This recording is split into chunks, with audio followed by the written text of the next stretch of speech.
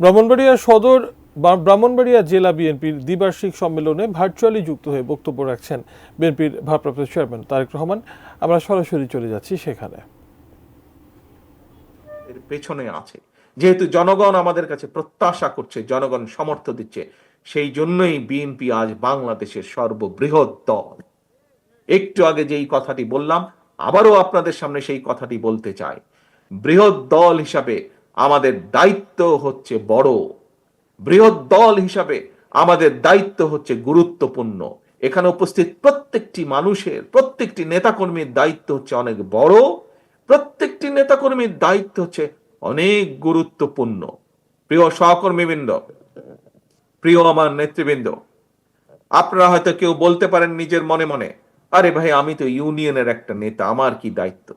No no no, আপনি ইউনিয়নের নেতা হতে পারেন, চিন্তা করে দেখুন তো, আপনি ইউনিয়নের নেতাই হন আর পৌরসভার ওয়ার্ডের নেতাই হন, আপনি যখন সকালে ঘর থেকে বের হন, যখন মানুষ দেখে বিএনপির এই ইউনিয়নের নেতাটি হেঁটে যাচ্ছে, যখন মানুষ দেখে এই ইউনিয়নের এই ওয়ার্ডের এই বিএনপির নেতাটি হেঁটে যাচ্ছে, আপনাকে মানুষ সালাম দেয় না? আপনার সাথে সমস্যার কথা আলোচনা করে না? আপনার সাথে দেশের সমস্যা, এলাকার সমস্যার কথা আলোচনা করে না? কেন করে? কারণ তারা আপনার উপরে ভরসা করতে চায়।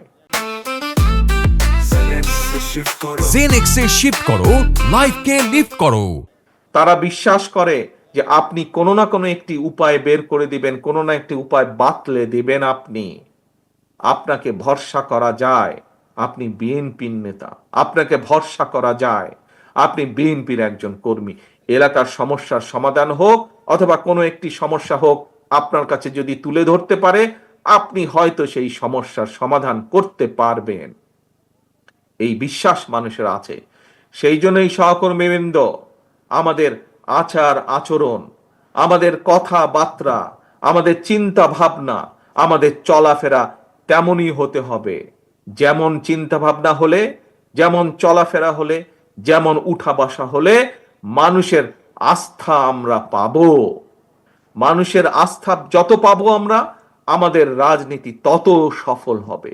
মানুষের সমর্থন যত পাবো আমরা, ততই আমাদের দল শক্তিশালী হবে এবং আপনার সম্মানও বৃদ্ধি পাবে।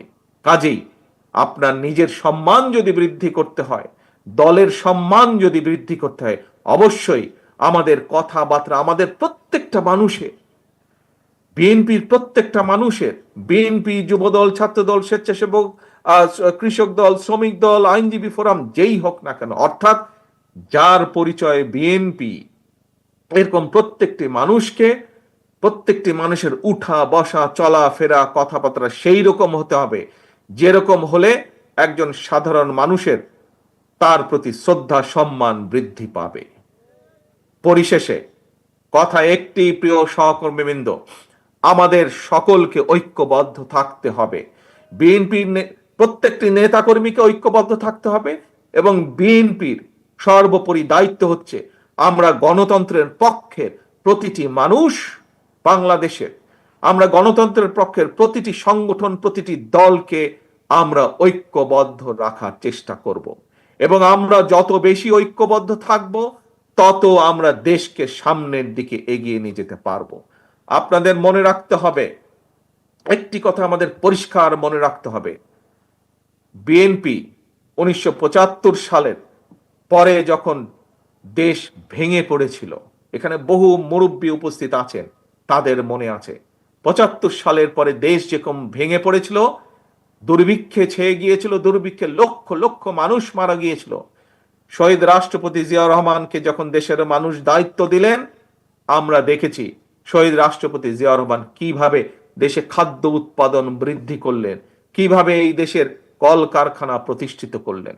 একইভাবে 90-এ স্বৈরাচার যখন দেশকে ধ্বংস করে দিয়েছিল, আমরা দেখেছি পরবর্তীকালে 91 সালে যখন দেশনেত্রী খালেদা জিয়ার নেতৃত্বে দেশের মানুষ বিএনপিকে দায়িত্ব দিয়েছে, সেই সময় কিভাবে দেশনেত্রী খালেদা জিয়া আবার দেশকে পুনর্গঠন করেছিলেন।